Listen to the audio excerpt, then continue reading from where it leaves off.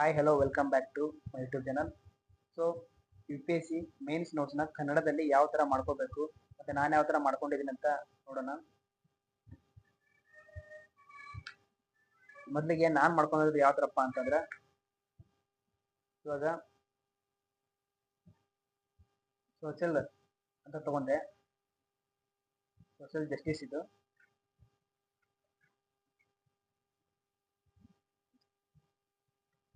ಇದರಲ್ಲಿ ಒಂದು ಟಾಪಿಕ್ ಬರುತ್ತೆ, ಬಡತನ ಮತ್ತು ಹಸಿವು.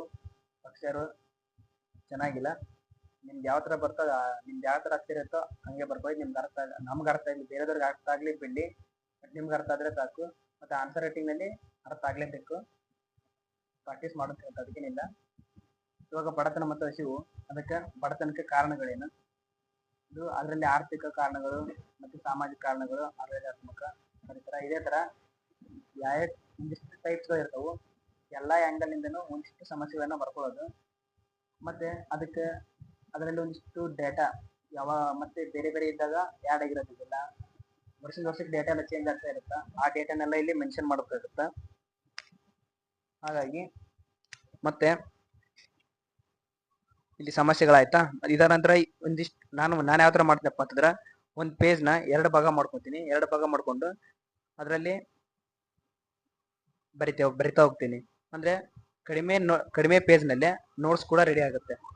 ಇಲ್ಲಿ ಕೆಳಗಡೆ ಇದೆಲ್ಲ ಇಷ್ಟು ಜಾಗನ ಬಿಡ್ತೀನಿ. ಯಾಕಪ್ಪ ಅಂತಂದ್ರೆ ವ್ಯಾಲ್ಯೂಡೇಷನ್ ಮತ್ತು ಡೇಟಾ ಏನಾದರೂ ಬಂದರೆ ಇಲ್ಲಿ ಯಾರು ಮಾಡ್ಕೊಳಕ್ಕೆ ಬೇಕಾಗುತ್ತೆ. ಇಲ್ಲಿ ಇವಾಗ ನಾನು 2024ರಲ್ಲಿ ಮತ್ತೆ ಇದು ನ್ಯೂಸ್ ಪೇಪರಲ್ಲಿ ಓದಿರೋದು 40% ಪೀಪಲ್ ವರ್ಕ್. ಮತ್ತು ಈ ಥರ ಏನಾದ್ರು ಡಾಟಾ ಬಂದರೆ 2024ರಲ್ಲಿ ಬಡತನ ಕಡಿಮೆ ಆಗಿದೆ, 11% ಆಯಿತು. ಈ ಥರ ಎಲ್ಲ ಜನಸಂಖ್ಯೆ ಎಷ್ಟೈತಿ, 144 ಕೋಟಿ ಐತಿ. ಈ ಥರ ಎಲ್ಲ ವ್ಯಾಲ್ಯೂಡೇಷನ್ ಮಾಡೋಕೆ ಹೆಲ್ಪ್ ಆಗುತ್ತೆ. ಮತ್ತು ಇದಾದ ನಂತರ ಇಲ್ಲಿ ಇದ್ರ ಪರಿಣಾಮಗಳು ಯಾವ ಥರ ಅದಾವಪ್ಪ ಇದೆ ನೋಡಿ. ಇದರ ಪರಿಣಾಮಗಳು, ಇದಕ್ಕೇನು ಅನಕ್ಷರತೆ ಆಗುತ್ತಾ, ಅಪೌಷ್ಟಿಕತೆ ಆಗುತ್ತೆ, ಬಾಲಕಾರ್ಮಿಕತೆ, ಬಡತನದ ಸ್ಥಿರೀಕರಣ, ಸಾಮಾಜಿಕ ಉದ್ವಿಗ್ನತೆಗಳು. ಮತ್ತು ಇದಕ್ಕೆ ಪರಿಹಾರಗಳು ಏನಾರ ಅದಾವಪ್ಪ ಅಂತಂದು ನೋಡ್ಬೇಕಾಗತ್ತ. ಈ ಪರಿಹಾರಗಳಂತ ಬಂದಾಗ ಉದ್ಯೋಗ ಸೃಷ್ಟಿ, ಇವಾಗ example MG NREGA, PM Svanidhi, ಮತ್ತೆ ಆಹಾರ ಪೋಷಣೆ, ನ್ಯಾಷನಲ್, ಮತ್ತು ಈಗ ಮಧ್ಯಾಹ್ನದ ಊಟ ಶಾಲೆಯಲ್ಲಿ, ಆರೋಗ್ಯ ಅಂತ ಬಂದ್ರೆ ಆಯುಷ್ಮಾನ್ ಭಾರತ್, ಇನ್ನು ನಾನಾ ಥರ ಸ್ಕೀಮ್ಸ್ ಇರ್ತಾವೆ. ಅವನ್ನೆಲ್ಲಾನು ಬರ್ಕೋಬೇಕು. ನಿಮ್ಗೆ ಎಷ್ಟು ನೆನಪಿರುತ್ತೋ ಅಷ್ಟನ್ನ ಸಣ್ಣದಾಗಿ ಬರ್ಕೊಳ್ಳಿ. ಇಲ್ಲಪ್ಪ ಅಂತಂದ್ರೆ ಕೆಲವೊಂದಿಷ್ಟು ಜಾಗನ ಬಿಡಿ, ಅವಾಗ ವ್ಯಾಲ್ಯೂಡೇಷನ್ ಮಾಡ್ತಾ ಹೋಗುತ್ತೆ. ನ್ಯೂಸ್ ಪೇಪರು ಮತ್ತು ಕರೆಂಟ್ ಅಫೇರ್ಸ್ ಯಾವುದರಲ್ಲಿ ಕೇಳ್ತಿರಲ್ಲ ಅದರಿಂದ ಎಲ್ಲ ಇದರಲ್ಲಿ ವ್ಯಾಲ್ಯೂಡೇಷನ್ ಮಾಡೋದು. ಮತ್ತು ವೇ ಫಾರ್ವರ್ಡ್ ಅಂತ ಬರ್ಕೋಬೇಕು. ಅಲ್ಲಿ ನಾರ್ಮಲ್ ಕಾಮನ್ ಆಗಿ ಇರುತ್ತೆ, ಇದೆಲ್ಲ ನಿಮಗೆ ಗೊತ್ತಿದ್ದೇ ಇರುತ್ತೆ. ಸೊ ಇಷ್ಟು ಮಾಡಬೇಕು. ಇದೇ ಥರ ಎಲ್ಲಾನು ಇದೇ ಥರ ಮಾಡಿದ್ದೀನಿ. ಸೇಮ್ ಇದು ಆದಾಯ ಅಸಮಾನತೆ, ಇಷ್ಟು ನೋಟ್ಸು ಸಾಕಾಗುತ್ತೆ. ಸೊ ಯಾವುದೇ ಮೇನ್ಸ್ ನೋಟ್ಸ್ ಅಲ್ಲಿ GS1, GS2, GS3 ಮತ್ತು ಅದೇ ಥರ ಎಥಿಕ್ಸ್, SA, ಇನ್ನು ಎಲ್ಲ ಸಬ್ಜೆಕ್ಟ್ ಏನು ಬರ್ತಾವಲ್ಲ ಎಲ್ಲದಕ್ಕೂ ಶಾರ್ಟ್ ಆಗಿ ಈ ಥರ ಪಾಯಿಂಟ್ಸ್ ಮಾಡ್ಕೊಂಡು ಇಟ್ಕೊಂಡ್ಬಿಡ್ಬೇಕು. ಮತ್ತು ಡೇಟಾನೆಲ್ಲ ವ್ಯಾಲ್ಯೂಡೇಷನ್ಗೆ ಅಂತ ಈ ಕಡೆ ಇಟ್ಕೊಂಡ್ಬಿಡ್ಬೇಕು. ಇದೇ ಥರ ಇದಾದ ನಂತರ ಇದು ಇಂಡಿಯನ್ ಸೊಸೈಟಿ,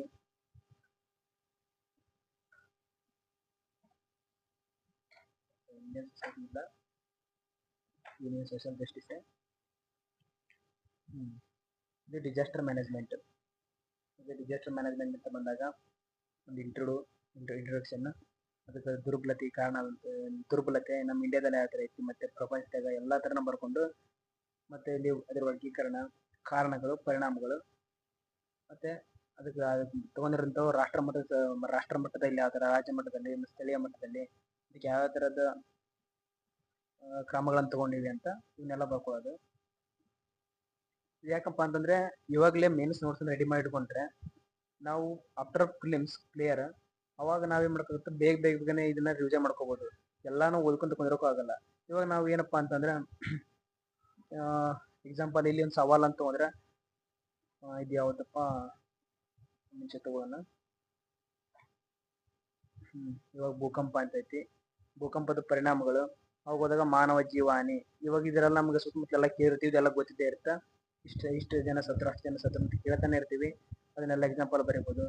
ಯಾವುದೇ ಅಲ್ಲಿ ಮೇನ್ ಪಾಯಿಂಟ್ಸ್ನ ಬರ್ಕೊತ ಹೋದ್ರೆ ನಾವು ಅದ್ರದ್ದು ಒಳಗಡೆ ಎಕ್ಸ್ಪ್ಲನೇಷನ್ ಮತ್ತು ಉದಾಹರಣೆನ ನಮಗೆ ನ್ಯೂಸ್ ಪೇಪರಲ್ಲಿ ಡೈಲಿ ಓದೋದ್ರಿಂದ ಅಪ್ಡೇಟ್ ಮಾಡ್ಕೊತಾ ಇರಬೇಕು.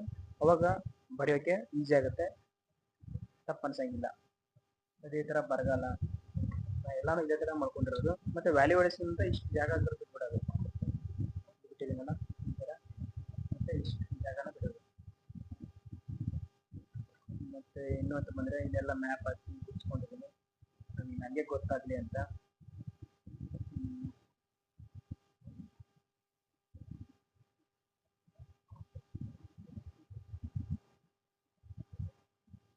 ಇದೆಲ್ಲ ಕರಾವಳಿ ಪ್ರದೇಶದ ಬಗ್ಗೆ.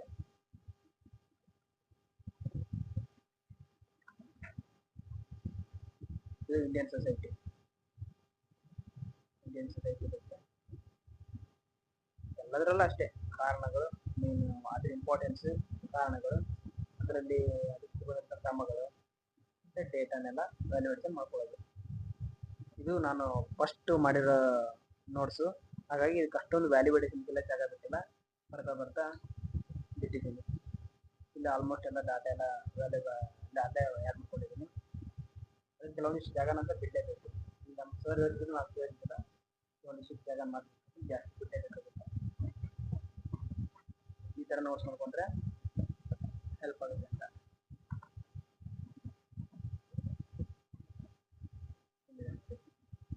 ಕಲರ್ ಯಾವ ಥರ ತಗೊಳ್ಳಿ, ಆದರೆ ನೀವು ಯೂಸ್ ಮಾಡ್ಬೇಕಾದ್ರೆ ಕ್ಲಾಸ್ಮೇಟ್ ಆಕ್ಟಿವ್ ಜೆಲ್ ಪೆನ್ ಅಂತ ಬರ್ತಾರ, ಈ ಪೆನ್ನನ್ನೇ ಯೂಸ್ ಮಾಡಬೇಕು. ಯಾಕಪ್ಪ ಅಂತಂದರೆ ನೀರು ಬಿದ್ದರೂ ಕೂಡ ಅಕ್ಷರ ಎಲ್ಲ ಅಳ್ಕೋದಿಲ್ಲ, ಹಾಗಾಗಿ ಚೆನ್ನಾಗಿ ಬರ್ತದೆ ಪೆನ್ನು. ನಾನಂತೂ ಈ ಥರ ಮಾಡಿದ್ದೀನಿ. ಈ ಥರ ಮಾಡಿಕೊಂಡ್ರೆ ಟೈಮು ಕೂಡ ಸೇವ್ ಆಗುತ್ತೆ, ನಮಗೆ ರಿವಿಷನ್ ಮಾಡೋಕ್ಕೆ ಭಾಳ ಹೆಲ್ಪ್ ಆಗುತ್ತೆ. ಇಷ್ಟು ಮೇನ್ಸ್ ನೋಟ್ಸು. ಮತ್ತೇನಾದ್ರು ಡೌಟ್ ಇದ್ದರೆ ಕಮೆಂಟ್ ಬಾಕ್ಸಲ್ಲಿ ಹಾಕಿ.